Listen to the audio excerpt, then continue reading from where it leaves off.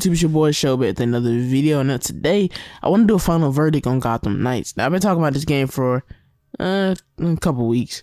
Not really a couple weeks. I've played it, I beat it, I played it at launch. I beat it in like a couple days, and I want to kind of talk about it here.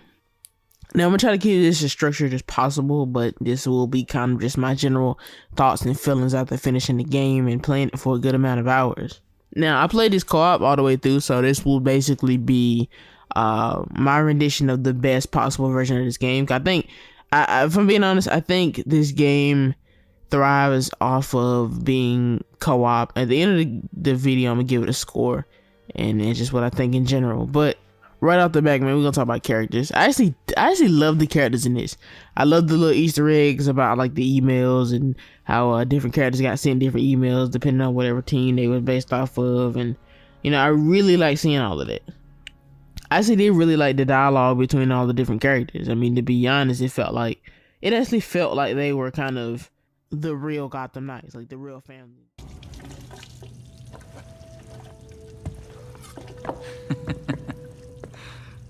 What?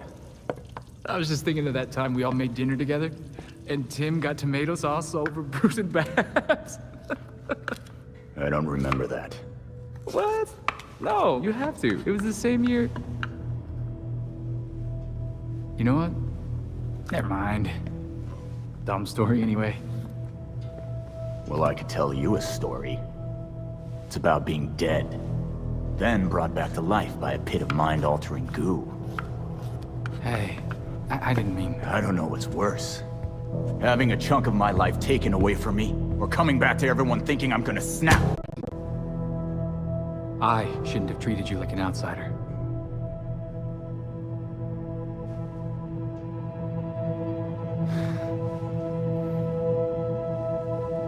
My God, you're such a Boy Scout. No wonder you were the first. The real Bat family. Each of them had their own distinct personality, and it meshed well. Basically, I think they all just kind of played their part really well. I think that they all had their part to play, and you know, seeing the different people banter and stuff, like the nice heartwarming moments. And I know in a couple of Batman comics, it seems like Batman is very hated by his family. They kind of blame him in some instances of like stuff I've watched or read. They kind of hate him for making them basically go through that, you know, making them the Robin and the Red Hood and stuff. But it's good to see they're all kind of mournful for Batman in this one. They all kind of love him, you know. It's like a family thing. They might get through their issues, but at this point, it's pretty much all done. All those issues from all those different storylines are done, you know. Joker is dead. Batman is dead. It's a new time. Now, I'm gonna go ahead and jump into some stuff I did like. To me, honestly, co-op was easy, seamless in a way. Obviously, the frame rate, there was a lot of frame rate issues on the console, not just the fact it was locked to 30 FPS, is that it was actually dropping a lot when you get into high volume areas. But we'll say that for the later half of this video when I don't like a lot of stuff.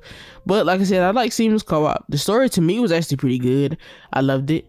I'll get to my dislikes about the story later, but I really did actually enjoy the story. I thought it was really good.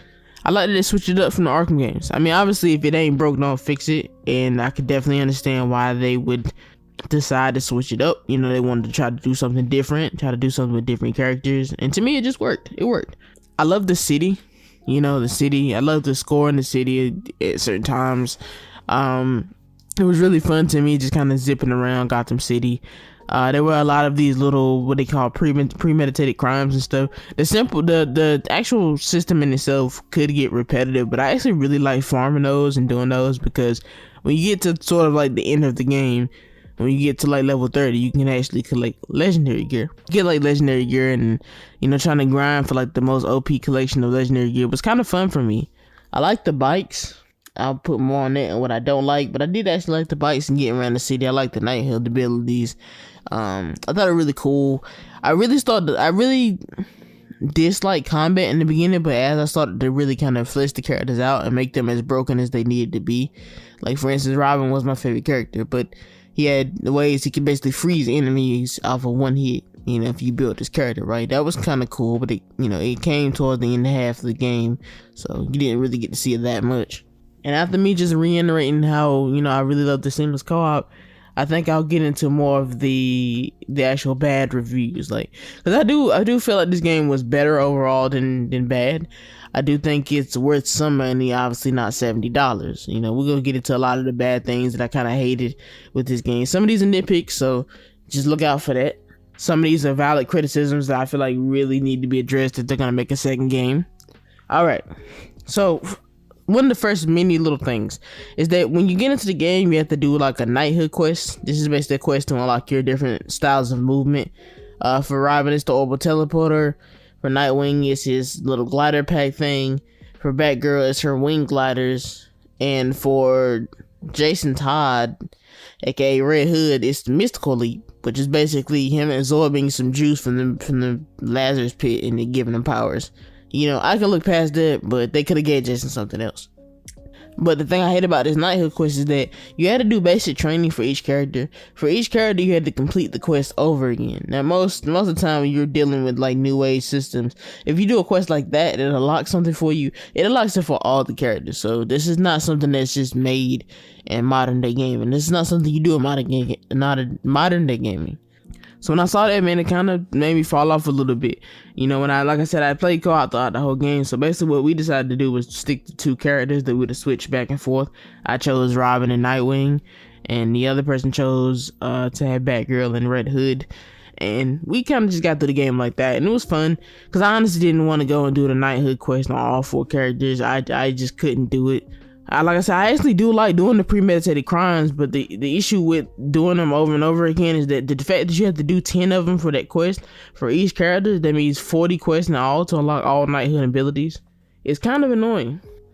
Basically, people were saying that this was the result, that they think that Gotham Knights was originally supposed to be a live service game, and that model ended up getting scrapped at the last minute, and that's why a lot of these enemies and still then the gameplay is the way it is, you know. And it makes sense because it definitely seems very live servicey to me.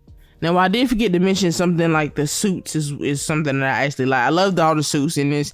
I really, I was really wanting more suits, but it was actually a good number of suits. I can't really be mad at the number. So I think it was like 15 suits for each character or something. It was a really good number.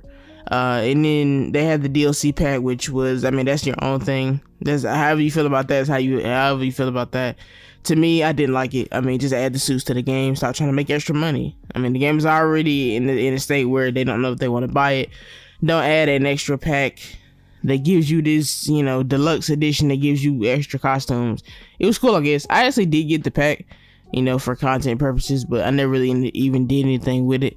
So it really didn't matter. Like I said, depending on how you feel about them, I really like the knighthood, the little knights version of Tim Drake's costume. It looks like a more traditional Robin outfit. I really do like some of them, but some of them are hit and miss for me.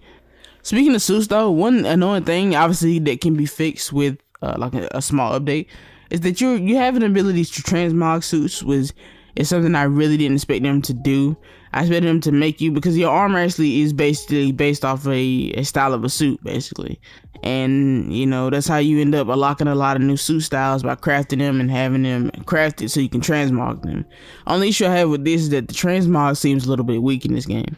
Because while you can actually craft a suit and put it on and edit the current style it is with, if you transmog, it's basically locked to a set color. You can't customize it at all, and I think that's just such a wasted opportunity to me. You should be able to transmog and customize your transmog. That's just what it should be. Alright, next we'll jump to one of the biggest things. Story and gameplay. We'll get into that. As far as the story went, I did like the story. The reason I want to touch on it a little bit, I felt like it was way too short. I was doing this game with another YouTuber, Code Zero Gaming. I'll put the link up in the description. I was doing this with him, like co-op, and we both kind of agreed that once we beat him, man, we wanted more. We wanted more of the story. Like, honestly, I did not hate this game as much as people hated it. I think that it was an interesting enough game. I played it. I liked it good enough. But it really felt like the story could have been a couple of hours longer to me. And it's not like it's like short by like record standards. For this type of action game, it can be kind of short, but a lot of the Arkham games were longer, and the only reason I bring that up is just because I feel like its story length has no relevance to what type of game they're making.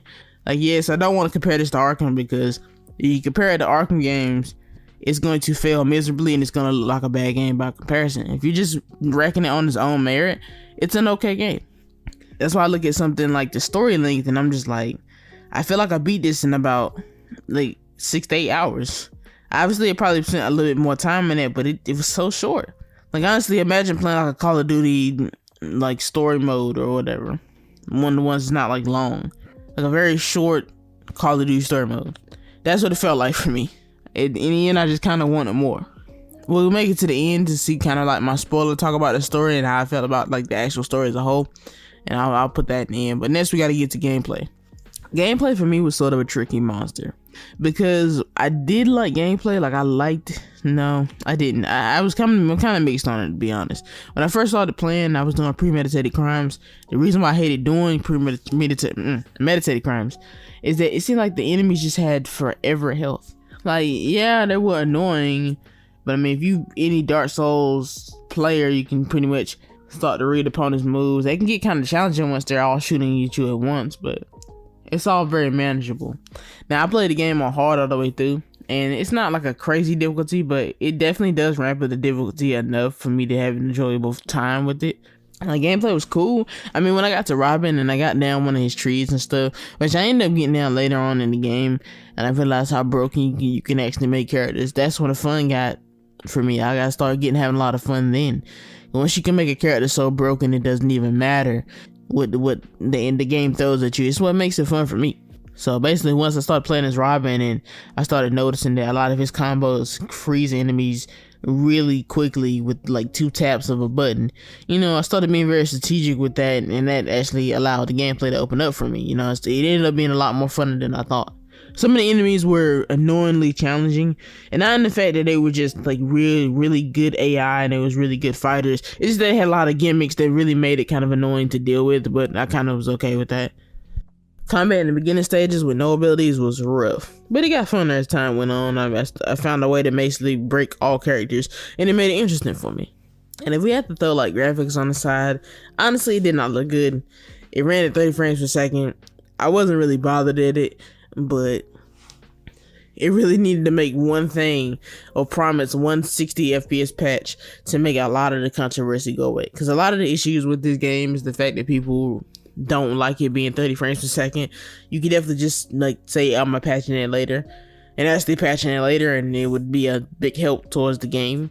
I mean, don't get me wrong, it's like, yes, we're not entitled to 60 frames per second for every game, but if you're gonna make a game, you're gonna X out the PS4 version, which now we kind of understand why in the long run. I'm not gonna really get into it, but if you guys know about the whole Cyberpunk issue, and Cyberpunk released the game on older systems and it just looked horrible and it played terrible, and it's probably the reason why they actually scrapped it on worse consoles. Like, there's the reason why they made it only for PS5 and new gen to Xbox, which in reality is still kind of like played not that great, and frame rate drops and the graphics wasn't the best. So either way you look at it, it's like they gave us the PS4 version for PS5, and it's not wrong for people to be like they expect more. And I know a lot of people say, hey, the 30 FPS didn't bother me. I can totally understand it, but as gamers, you definitely deserve more. If you're paying $70 for a game, like, and that's like the next gen price, then you deserve to have a game play at a certain amount of like certain standard. But regardless of all that, man, let's get into the spoiler talk really quickly. We're gonna kind of graze over the section a lot. Like I said, I want the story to be longer. I liked how Yakuza being the enemy. I really wish they would have did something brave and actually announced like Damien, like, that Bruce has a son. Like, I really wish they would have did that, because that's a crazy plot line in the actual like comics and stuff. And Batman going missing is actually part of the comics, and Damon is a big part of some of those comics, when Nightwing becomes Batman. And I really wanted her to be like, Bruce has a son he doesn't know about or whatever, and that's how he was going to end the game. I really wanted them to do that, so that if we do get a Gotham Knights 2, we can get Damien as a character. Also, man, the story with Harley was great. Like, the story with Harley, Clayface, and Iceman, Mr. Freeze, was great. I just hated there was only 3 cases. Like I said, the story just felt so little. Like, I felt like it needed to be 10 cases, like 10 cases immediately. Like, I don't know, maybe I missed the case and there was something like I just kind of missed, but if I'm being honest, I don't like how there was just so short of a campaign, like so short of things to do. I feel like there should be a lot more things to do. It's definitely a criticism that I have. Like I said, the story to me was okay. I really hated how the Court of Owls just seemed like a whole bunch of rich guys in a mask when they're a really deeper organization than that. In the comics, they do a lot of stuff, and they have a lot of dangerous people under them, and we really didn't get to see any of them. We just saw a lot of their like grunts and talons and stuff like that, but they got some dangerous enemies in there for them, and I feel like that was something that needed to be explored more. Since if you can have Court of Owls being like the big bad in this game. And since we're in spoiler talk, man, like the opening scene when Batman dies is phenomenal. Like they did a really good job with that. I mean, it's totally believable that Ra's could be the one that just finally takes him out.